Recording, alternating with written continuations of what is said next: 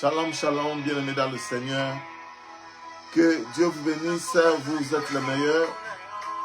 Nous sommes dans la joie de nous retrouver encore en face de vous après un long moment pour écouter la parole de Dieu. Alors nous allons écouter ces cantiques pendant que les autres bien-aimés sont en train de s'approcher pour que nous puissions écouter la parole et prier. Zambé apambola yo ndeko nanga ya mwasi, Zamba apambola yo ndeko nanga mobali, yo oyo ozi tango malamu oyo pona kokutana na biso na plateforme na biso. Après sima mikolo ebele tokutani te na live na biso. Alors lelo Nzamba asali biso ngolu afin que toyeba na komona na kati ya live na biso pona lokumu ya kombo na ye. Yango toza koyoka loyembo oyo na tango bandeko mosusu baza kose connecte bazokota tozoyebela Nzambe tozokumisa ye mpona bolamu na ye mpona bolingo na ye. Alléluia. Jésus masolo na ngai angi nani yaya. Alléluia. Hosanna. Le Dieu de grâce, le tout-puissant, l'agneau de Dieu. Lokola yo azali ke papa kuma na yo mosantu na lola letolama na yo Yahweh. Alléluia. Molimo ya Nzambe kita awa lelo lisungi na ngai yo. Molimo ya Nzambe akita awa nase lisungi na ngai yo. Alléluia. Le Dieu de grâce, le tout-puissant, l'agneau de Dieu. Le lingue vous accueille comme mon frère, ma soeur. Nous allons parler du Saint-Esprit. Alléluia. Jésus, le Dieu de grâce, soit béni. Alléluia. Partagez live, partagez. Dans quelques minutes, nous allons commencer notre live. Que le Seigneur vous bénisse. Alléluia. Nazelaka yo aye, nazelaka yo aye, nazelaka yo aye, kayo aye, nazelaka yo aye, nazelaka yo aye, nazelaka yo aye, nalingaka yo aye, nalingaka yo aye. Alléluia. Nalingaka yo e, nalingaka yo e, nalingaka yo e, nalingaka yo e, nandelongo ya e, nandelongo ya e, nandelongo ya e. Le Dieu de grâce, le tout-puissant, l'agneau de Dieu. Mon âme te bénit, mon âme te loue. Mon âme t'exalte, mon âme te dit merci. Pour n'attendre malamu pesinga Yahweh. Uti toyeba koloba liloba moko na bana na yo. Na o Italie, période tozali kokota ya Pentecôte. Alors le Saint-Esprit, tike tozana biso ebandeliki suka onyonso ya moyeni nazo bebisa. Dans le nom puissant de Jésus. Pendant que nous avons mobile, nous avons la connecter pour nous Seigneur, Batela, Pambola, Fongola, Misu, Papa, Elisabeth. Tu vas comprendre, Yahweh, Seigneur, le bon fondé. Il y a intervention dans Bisso, na Poko Alelo, na Kombo Naïs. Alléluia. Shalom, bien-aimé dans le Seigneur. Que le Seigneur vous bénisse, vous êtes les meilleurs. Vraiment, merci. Nanzambe a perçu cette opportunité. Oyo, Sister Sephora, God bless you. You are the best. Tozali a pambate pour na kolobela na o Italie Pentecôte. Alléluia. Kalate tozo kota na Pentecôte. Et sengela ki mwana na Nzambe moko na moko aye batina ya Pentecôte. Aye batina ya mokolo oyo. Toko célébrer na dimanche oyo ezali koya selon calendrier oyo ezali fixé dans bandeko oyo batalaki makambo ya Pentecôte. Yango Nzambe apambola yo esika ozali. Tokotanga passage na biso ya liboso eza na livre ya Actes des Apôtres chapitre 1 tobandi verset 1. Maman Sephora, Dieu vous bénisse. Bible lobi boye. Actes des Apôtres chapitre 1 verset 1. Théophile, j'ai parlé dans mon premier livre de tout ce que Jésus a commencé de faire et d'enseigner dès le commencement, jusqu'au jour où il fut enlevé au ciel, après avoir donné ses ordres par le Saint-Esprit aux apôtres qu'il avait choisis. Bien-aimé dans le Seigneur, ao ezaline de Luc, apôtre Luc, oya tambolaki na Jésus-Christ. Bible lobi kazo koma mokanda na moninga na ye na kombo ya Théophile. Alobeke na mokanda na nga liboso na lobaki na oyo etali Yesu Kristo Masiya na oyo abandaki kotangisa uta ebandeli. Tozo comprendre que moto akomaki mokanda ya Luc na Nouveau Testament ye wana pe oyo akomi mokanda ya Actes des Apôtres. Alobi ete uta Yesu abandaki mosala na ye ana mokili ti na mokolo oyo ye azalaki enlevé na nsima na ye kopesa mitindo na nzela molimo masanto na bantoma oyo ye aponaki. Na verset 3 on dit que après qu'il eut souffert, il leur apparut vivant et leur en donna plusieurs preuves, se montrant à eux pendant 40 jours et parlant des choses qui concernent le royaume de Dieu. Nous avons compris bien aimé dans le Seigneur, na nsima mon continent, monsieur Yesu kokufa. Bible lobi était 3 jours après asekwaki. Na nsima na ye kosekwa afandaki na badisciple pendant 40 jours. Abandaki kobimela bango pona koteya bango ko continue ko enseigner bango bayeba ndenge nini ya kofanda ndenge nini ya kozela oyo ezalaki elaka. Et puis il dit que pendant qu'il se trouvait avec eux, il leur recommanda de ne pas s'éloigner de Jérusalem, mais d'attendre ce que le Père avait promis, ce que je vous ai annoncé, leur dit. Nous avons compris bien aimé dans le Seigneur, ma disciple c'est qui va faire dans Jérusalem. Jésus-Christ, lorsqu'il leur apparaissait après sa résurrection, ayebisaki bango ke bokende musika na Jérusalem te. Bozala na Jérusalem kino bokozwa oyo papa nanga alakaki bino. Zokande Nzambe alakaki bango nini? Alakaki bango molimo mosanto. Alléluia. C'est pour cela que j'aimerais dire à une personne que le Saint-Esprit c'est d'abord une promesse. Ce qui boutangi na mukanda Joël Bible zolobake na mikolo na suka na kosopa molimo na ngai likolo ya milimo nyonso, likolo ya bikela nyonso. Bana na bino bakosakola, mibange na bino bakozwa bandoto. Oh bien-aimé dans le Seigneur, c'est de cela que le Seigneur Jésus-Christ se disait. Abakisa lobi que Jean abatisaki na mai. Kasi bino ba disciple na ngada mikolo muke ezali koyawa bokozala baptisé du Saint-Esprit. J'aimerais dire à une personne que le baptême d'eau sans le baptême du Saint-Esprit et kosunga yo na eloko moko te. Et sengeli yo moto zala baptisé de d'eau et ozala aussi baptisé du Saint-Esprit. Nde okoyeba komona nzela ya bokonzi na Nzambe. Yangana mokolo Nicodème na Jean toujours A verset 3 chapitre 3. Nicodème azotuna Christ. Alléluia. Alobi ke yo zolo bananga te moto akoko kota na bokonzi na Nzambe te soki abotami ya sikate.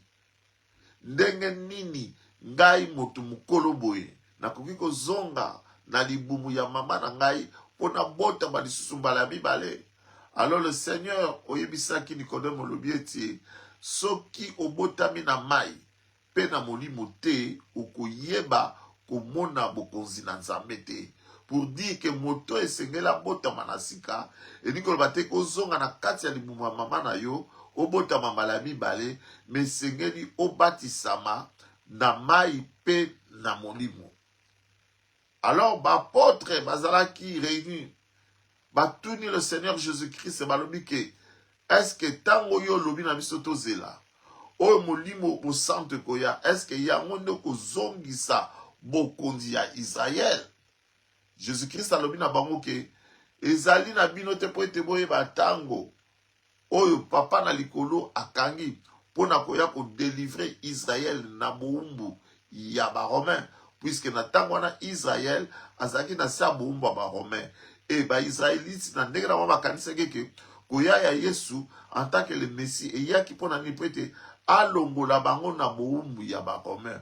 Or, le Seigneur Jésus-Christ, Lyoka et Loko Aebisi Bango, la délivrance Oyo Christ, Ayaki Nango, c'était une délivrance plus spirituelle que physique. Yanga Lobinango, vous recevez une puissance.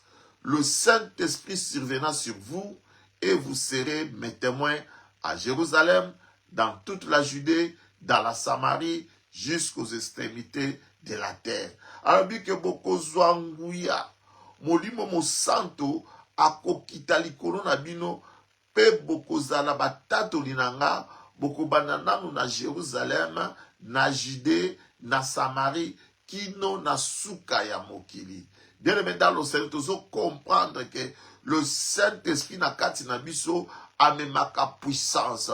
Le Saint-Esprit na kati na biso amemaka nguya. E nguya molimo mo santu na kati na biso ezali te po tokende kolala nango pongi, mais ezali po ete biso totelema pe tokende kotatola Yesu. C'est pour cela le Seigneur t'a donné le Saint-Esprit. Zamba pe ce Saint-Esprit te po lala pongi, ape ce Saint-Esprit te po kendaka kaka na église pamba kozonga, non, ape ce Saint-Esprit comme équipement afin que yo oyeba kosalela ye po ete nguya molimo santo yango nde ezopesa yo makasi ya kotelema kokende kosalela Nzambe. Alléluia. Après avoir dit cela, il fit enlever pendant qu'il les regardait et une nuée de combat de leurs yeux. Bible dit que tango Christ a epesi bango véritable mission na ye oyo ayelaki na se, Bible lobi ete akolobaki bokozwa puissance wuta na likolo molimo mosanto na kati na bino akopesa bino puissance po ete boyeba kozala basakoli na nga. Bible lobi ke amataki akendaki likolo pe badisciple nyokangamaki bazongaki. Bien aimé dans le Seigneur, Bible lobi ke na montagne appelée des Oliviers bazongi na Jérusalem à distance des chemins de Saba. Et tant bakomi na esika moko, Bible lobi ke bamati na esika oyo babengi chambre haute. Et na chambre haute, bien aimé dans le Seigneur, ba disciple ya Jésus-Christ bazalaki bango nyonso kuna. Et Bible lobi ke tous d'un commun accord, ils persévéraient dans la prière avec les femmes, Marie, mère de Jésus, avec le frère de Jésus. Kuna la chambre haute, bien aimé dans le Seigneur, alléluia. Bible lobi ke ba disciple nyonso à Jésus-Christ bazalaki kuna, à part Judas oyo atrahisaki ye, ezalaki na basi oyo babandaki kolanda Yesu na ministère na ye. Marie mama na Yesu azalaki wana, pe bandeko ya Yesu misusu pe bazalaki na bango na chambre haute. Bible lobi ke kuna na chambre haute, il persévérait dans la prière. Alléluia. Bazalaki ko yika mpiko na kati na mabondeli. Moi, je me suis posé la question. Bible lobi que le Seigneur leur a dit de ne pas s'éloigner de Jérusalem.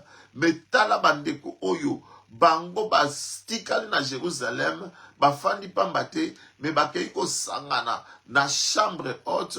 Bango nyonso bazali ko yika mpiko, bazali ko persévérer dans la prière. Oh bien-aimé dans le Seigneur, c'est pour dire à une personne, biso oyo tozali kozela tokutana na mokolo ya Pentecôte, eza na attitude moko nzamba azosenga biso tozala nango, eza na lolenge moko nzamba azosenga biso tozala nango, ezali attitude ya prière, attitude ya losambo nde sengeli tozala nango po ete le Saint-Esprit bazelaka ye na distraction te. Saint-Esprit bazelaka le Tout-Puissant, l'agneau de Dieu azwa lokumu.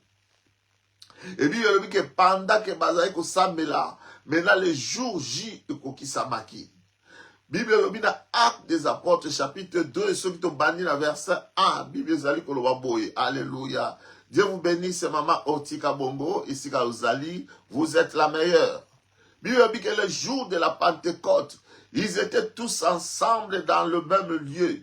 Et tout à coup, il vint du ciel un bruit comme celui d'un vent impétueux. Et il remplit toute la maison où ils étaient assis. Des langues semblables à des langues de feu leur apparurent séparées les unes des autres et se posèrent sur chacun d'eux. Ils furent tous remplis du Saint-Esprit et se mirent à parler à d'autres langues selon que l'Esprit leur donnait de s'exprimer. Alléluia. Bien-aimé dans le Seigneur, Bible dit que mokolo na Pentecôte, bango nyonso bazaki lisanga na kati ya losambo na chambre haute. Bible lobi ke na mbala moko tout à coup mopepe moko ya makasi ewutaki na lola ekitaki pe tondisaki ndako wana esika bango bafandaki. Moi je m'étais posé la question de savoir mopepe nini wana oyo yaka ezo souffler libanda te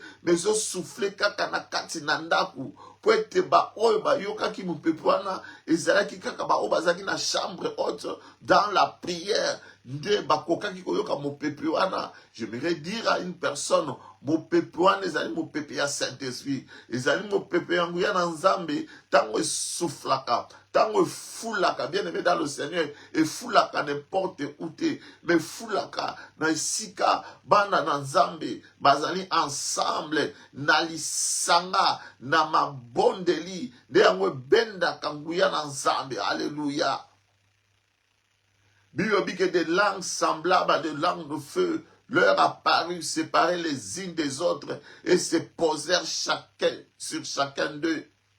Minoko, lokola minoko ya moto, babike kitelaki bango, et bimelaki bango, et kiti, et yeko se poser, likolo ya bibero ya moko na bango, pe batondi sabi dans nguya ya molimo mosanto, et na yango bakoma kikoluba, na minoko ya sika selon ndenge molimo na santu abanda kopesa bango, c'est-à-dire oyo bandoko bakingwaka mosusu na Chiduba oyo azoma na Kikongo minoko bango bayebaki te, minoko bango baloba te, me minoko ya sika babandaki koloba bazali kotatola ba oracle na Nzambe. C'est pour cela, bien aimé dans le Seigneur, na enseignement tolobaka ke signe ya kolakisa ke moto atondisami na molimo na Nzambe ezali le parler en langue.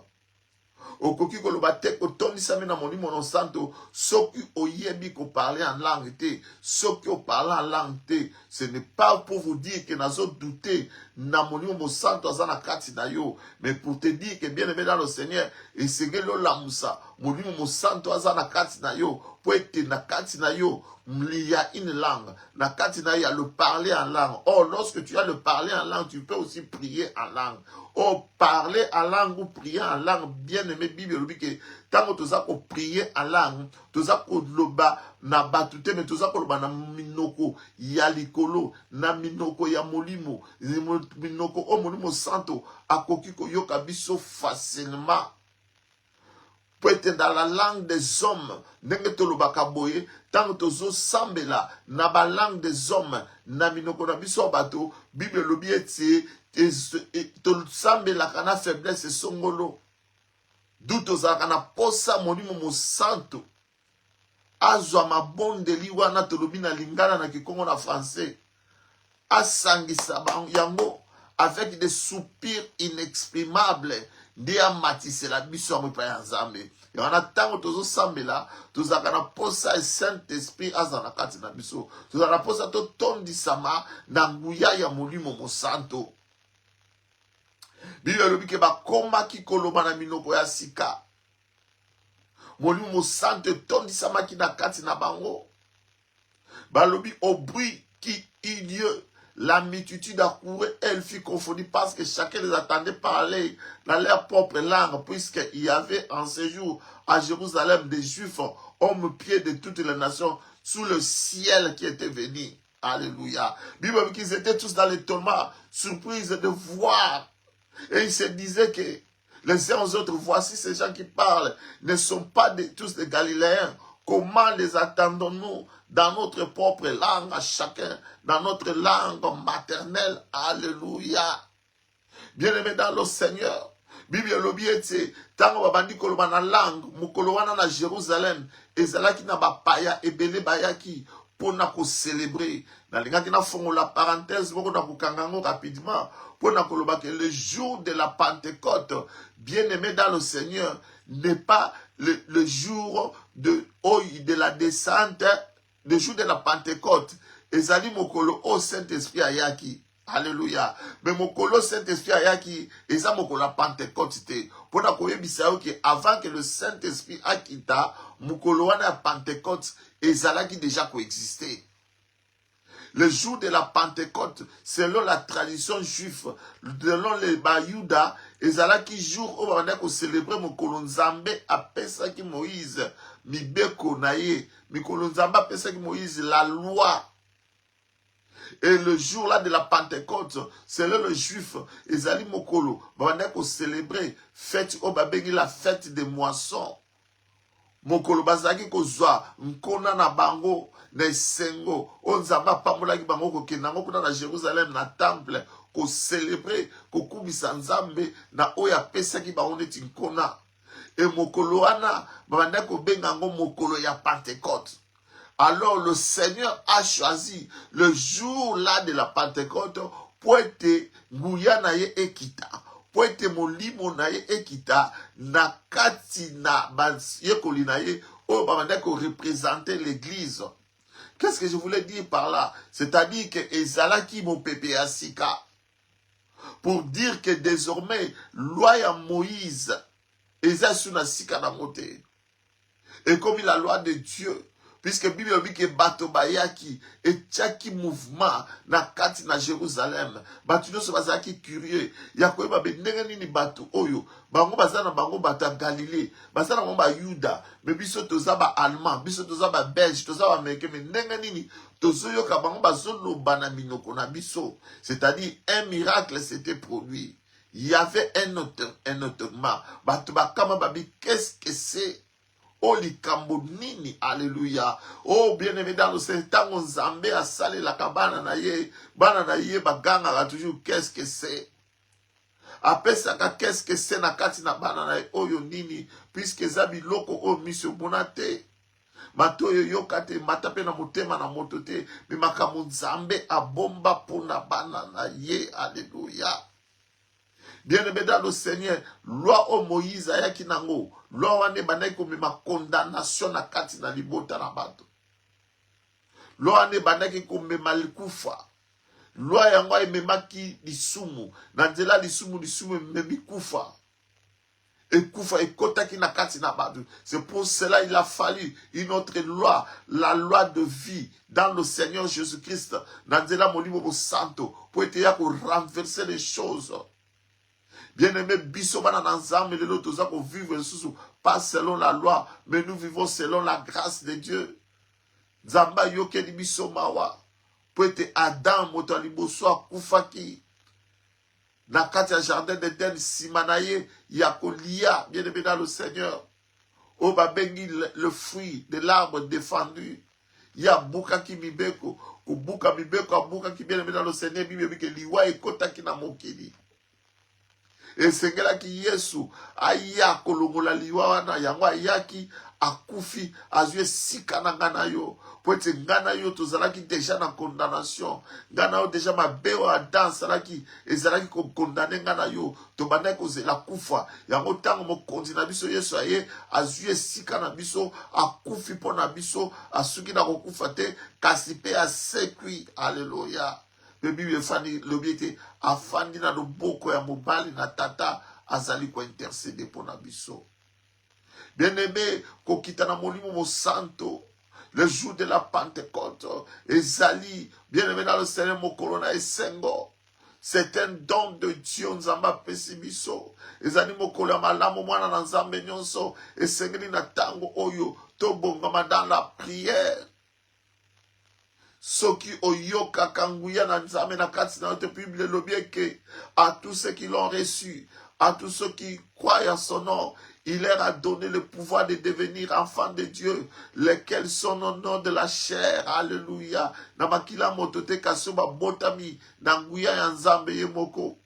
Biso to yepa Yesu, to zabikela masika, to botama. Alléluia. Na nguya na nzambe.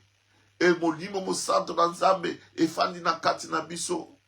Kasi lelo to lobi mo lelo bien aimé dans le Seigneur. Okomi to nobi ke pona nini na mona kate, pona nini na santaka. Nguya ya molimo mo santo na kati na ngaite. Bien aimé dans le Seigneur, puisque molimo mo santo na kati na yo azaya kolala esengi na yo telema na ndenge toza kotaproche na journée ya kimonene ya la Pentecôte olamusa le Saint-Esprit oyo azolala na kati na yo po ete ntango Saint-Esprit ayaka na makabo, Saint-Esprit ayaka na badon, Saint-Esprit ayaka yango nalobaki na kati na yo poza na langue.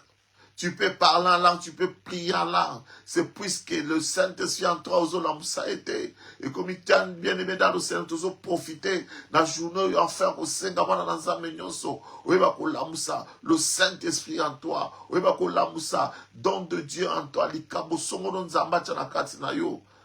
Kala obane ko mona ba vision. Kala ozale ki na ba kerezo. Kala soko lali pongyo loti makambwane ko salama. Milelo ko mona eloko te. Olo taka kutili susute soko lalo lamuki batunyo nandoto obosani. Pourquoi? Puisque bien aimé dans le Seigneur on continue la distraction. Bien aimé distraction qui misaka monimo mo santo, distraction qui misaka makasi na nzambe, distraction qui misaka nguya na nzambe. Bien aimé dans le Seigneur, le temps tous profiter na période oyo toza kokende na mokolo ya Pentecôte pona ko bonde la alléluia lokola ba disciple bazwaki mokano ya kokutana na kati ya chambre haute pona ko bonde la kozela nguya molimo mo santo pe molimo mo santo kitela kibango molimo mo santo kitela kibango bielo bietse tala na sima molimo mo santo ko kitela bango.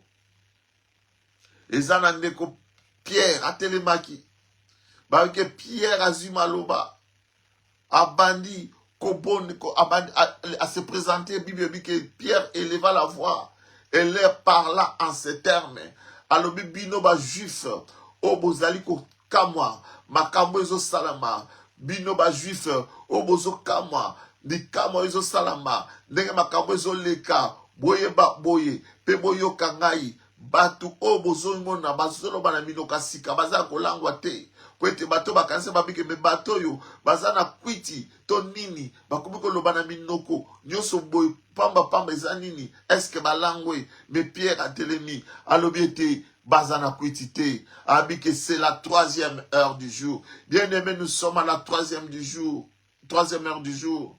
Alobi ke lelo nde ezoko kisama oyo prophète Joël alobaki na mokanda na ye alobi ke na mikolo na suka nzamba alobaki na kosopa molimo na ngai likolo ya mosuni nyonso bana na biso no ya mibali na bana na bino ya basi bakosakola bilenge na bino bakozwa ba vision pe mibange na bino bakozwa bandoto. Oui, sur mes serviteurs, sur mes servantes, dans ces jours-là, je répandrai de mon esprit et ils prophétiseront. Alléluia. Abio que ils allaient prophétiser wuta ki na Joël, ou alba ki na mikolo ya suka, bien aimé toza na mikolo na suka.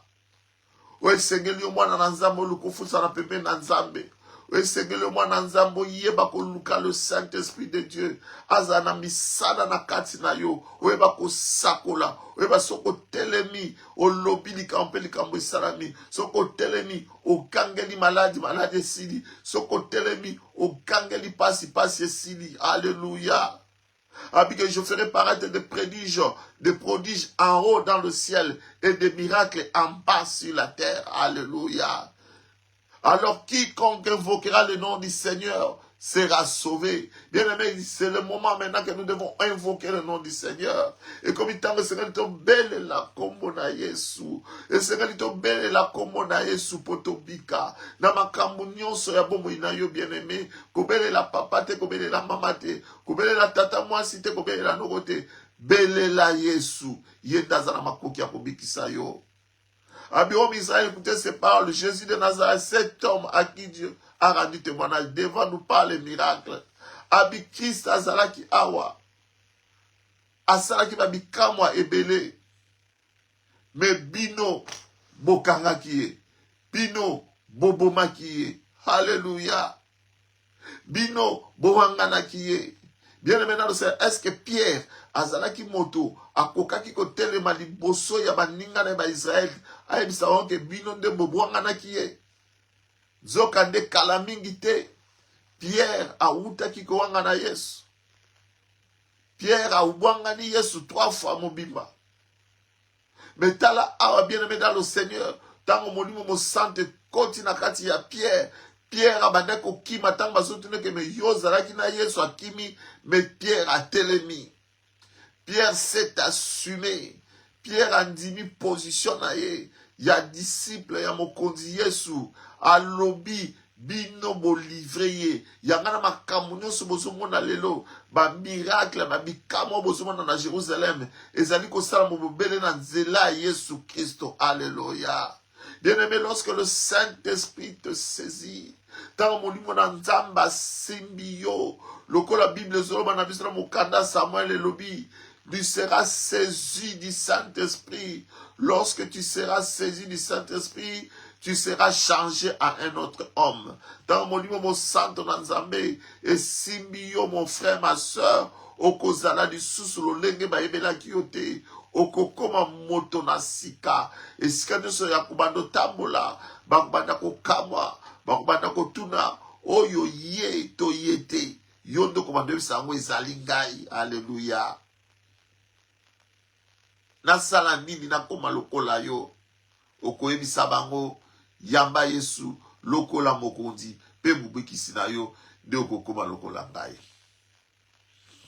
Oh bien-aimé dans le Seigneur, appelle Nzambe na pokwa lelo, eza koyebisa mwana na ye moko, tango ekoki bien-aimé dans le Seigneur, tango ekoki mon frère, tango ekoki ma soeur, totelema, toseka Nzamba tondisa biso na nguya na ye, toseka Nzamba tondisa biso na makasi na ye, toseka Nzamba tondisa biso na bwanya na ye, toseka Nzamba tondisa biso na Saint-Esprit na ye, bien-aimé dans le Seigneur, afin que tu eba kotelema kosala musala na ye, tango ekomi mokuse mon frère, tango ekomi mokuse ma soeur, mokonzi na biso Yesu azali koyakala te, esengeli totelema tosalela Nzambe, me kasi tokosalela ye ndenge nini, soki kaka tozali ya kotondisama na nguya molimo mosantu, pe tozwi décision ya kotika mabe, pe ya koyamba ye lokola mokonzi pe mobikisi na biso.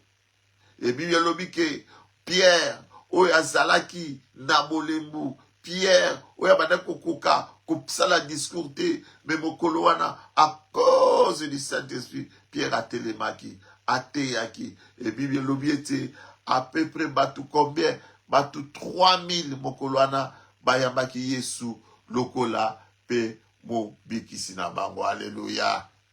Et Bible elobi ki après avoir attendu ce discours, ils eurent le cœur vivement touché. Nasima batu koyoka discours ya Pierre, Bible elobi ke batuti sami na mitema na bango, et batuni Pierre balobi ete tosala nini.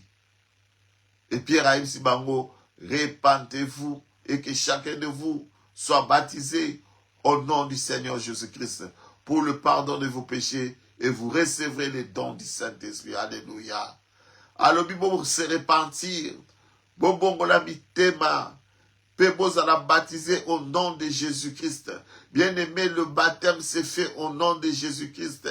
Le baptême ne se fait pas au nom du Père, du Fils et du Saint-Esprit. Non, le baptême se fait au nom du Seigneur Jésus-Christ.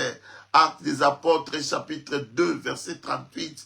Répentez-vous, c'est-à-dire au tiki mabe, pe okeye papa sali na Nzambe, au zui baptême na kombo na Yesu Kristo, babi ke baptême ozali kozwa pona bolimbisi ya masumu. C'est-à-dire tant ozo senga bolimbisi, ozako se repentir, ozo tika mabe, bien-aimé dans le Seigneur, et sengelo le kana baptême, po ete bolimbisi ya masumu, et sana manakati na bomo inayo, et na sima, neoko yamba, likambo ya molimo mosanto, okozala capable ya ko prophétiser, okozala capable ya koloba, okozala capable ya kosakola, okozala capable ya kotelema pe ya kosalela Nzambe. Alléluia.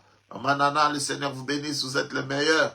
Alléluia. Zolobela, en ce qui concerne le Saint-Esprit, nous nous approchons de la journée à Pentecôte, mon frère, ma soeur, bien-aimé dans le Seigneur. Tokomi presque na suka ya parole na biso apoko alelo ya ngonga na yo tozo kende ko bondela haleluya tozo senga nzambe na lola atondisa biso na nguya molimo santo molimo na bwanya molimo ekambaka molimo esungaka molimo etambisaka molimo na nzambe ekamba biso. Oh bien-aimé dans le Seigneur, Bible dit que sans toi, sans moi vous ne pouvez rien faire, mais avec moi vous ferez des exploits.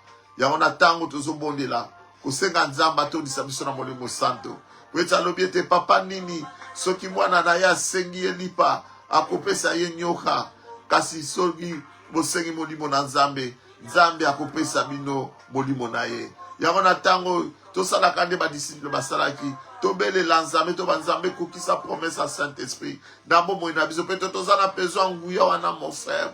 Tous en a besoin nguya na ma soeur. Tous en a besoin nguya molimo mo santo. Yango mte ko sunga biso na makambo na biso na ma vie na biso na ma situation difficile. Oezo le kana mabota na biso. Bien-aimé dans le Seigneur, tu as besoin du Saint-Esprit. Nous en a posa ya molimo santo. Azala na kati na biso yakolala te kasi yakolamuka. Yango tozali ko bondela kosenga nzambe atondisa biso na nguya na ye atondisa biso na makasi na ye atondisa biso na badon na bakapasite na ye na kombo na yesu. Alléluia tomondeli yawe na lola le tout-puissant l'agneau de Dieu na ye pa na yo papa na ngai kosenga mpona bomoi otondisaka na makasi na yo tondisaka na onction na yo tondisaka na puissance à Saint-Esprit, l'esprit de vérité, l'esprit de force, l'esprit qui bénit, l'esprit qui conduit, l'esprit qui dirige dans le nom de Jésus. Répands-toi sur communiquer zane lokomoko ezo pekisa yo okota la présence dans Nzambe seka Nzambe na nubo limbisi nuba Yahweh limbisanga papa limbisanga na onyo sama bena saki na tango yo ezala consciemment ou inconsciemment en parole en acte en pensée yokama papa na fingaki na tongaki na cholaki na inaki na salaki makambo esepelisa ki yo te ona tango yo na yepa na yo Nzambe na lola kosenga mawa na yo yokela nga mawa yokela libota na nga mawa yokela bana na nga mawa yokela bandeko na nga mawa dans le nom de Jésus, dans le nom de Jésus, dans le nom de Jésus, dans le nom de Jésus. Papa sokola bomoi petola biso purifie biso na makila na mokonzi oetangaki na nguma na golokota makila ne longa le sang qui purifie, le sang qui sanctifie, le sang qui nettoie. Dans le nom de Jésus, lave-moi Jésus, lave mon frère qui me suit, lave ma soeur qui me suit, purifie-moi Jésus, purifie-moi Yahweh, dans le nom de Jésus, dans le nom de Jésus, nous allons irréprochable, irrépréhensible, sans tache ni ride, ni quelque chose de semblable, dans le nom de Jésus, dans le nom de Jésus, dans le nom de Jésus, Yahweh na lola, natamo to sengi na yo, to sengi makasi na yo, to sengi ukshona bien-aimé dans le Seigneur, sengangu ya molimo santo, Nzambe a équipé yo na makasi na onction. Vous recevez une puissance, vous recevez une puissance, le Saint-Esprit en vous, et vous serez mes témoins, bien-aimés pour témoigner le Seigneur, pour bien servir le Seigneur. Tu as besoin du Saint-Esprit, tu as besoin de cette puissance. Yahweh, Molimo Santo, Molimo Nambwanya, Molimo Ekambaka, Molimo Sundaka, Molimo Tabusaka, dans le nom puissant de Jésus, dans le nom puissant de Jésus, remplis-moi Yahweh, remplis-moi le Dieu de grâce, remplis-moi le Tout-Puissant, remplis-moi l'agneau de Dieu, dans le nom de Jésus, dans le nom de Jésus. Yahweh, touchez de konanga moi si, touchez de konanga mobali, touchez moi na yo moko, oyaza connecté na tango yo, na kombo na Yesu. Présence de la plateforme, papa. Ils n'ont pas battu. Présence de la plateforme, ils n'ont pas battu. In the mighty name of Jesus. In the mighty name of Jesus. Papa, ton disciples makasi na yo. Yahweh, komitanga molimo santo. Oh Yahweh, tande les armées. Que mon oyo mongisi pona babulami. Molina yo.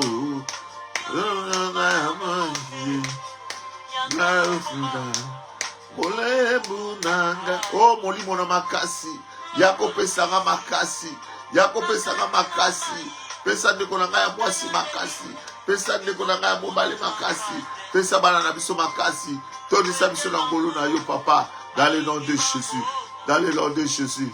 Ndeko na ngai mwasi, ndeko na ngai mobali, tokomi na suka ya lave na biso, ya journal elo, tikete, okolala pongi, kasi kolala lokola mokufi te, lala lokola, Bible elobi ke seke tozala ekenge lokola nyoka. Oh bien-aimé dans le Seigneur, continue le sambo, kosenga nzambe, atondisa yo nongo ya molimo santo. Bien-aimé, Bible elobi ke goûter molimo santo pe yoka bien. Oh bien-aimé dans le Seigneur, ce oza posa yoka bien na vie na yo, tikete, ozala rempli du Saint-Esprit. Seka nzamba rempli, yo continue avec cette prière jusqu'à ce que nous comprenions na rendez-vous na biso mosusu. Et que ça toujours pour la gloire de Dieu. Na komona Yesu, zama pabole si kozali. Alléluia. Molimo na keni sungi nanga. Yakob nani sanga na milaya seko. Oyo, oete ngana mona. Alléluia. Kembo oyo bongisi pona basanto. Kembo oyo bongisi pona bagulami. Bye bye, que le Seigneur vous bénisse, vous êtes les meilleurs. Tout le monde a dit la prochaine séance d'Abisso. Que le Seigneur vous visite, que le Seigneur vous remplisse de la puissance.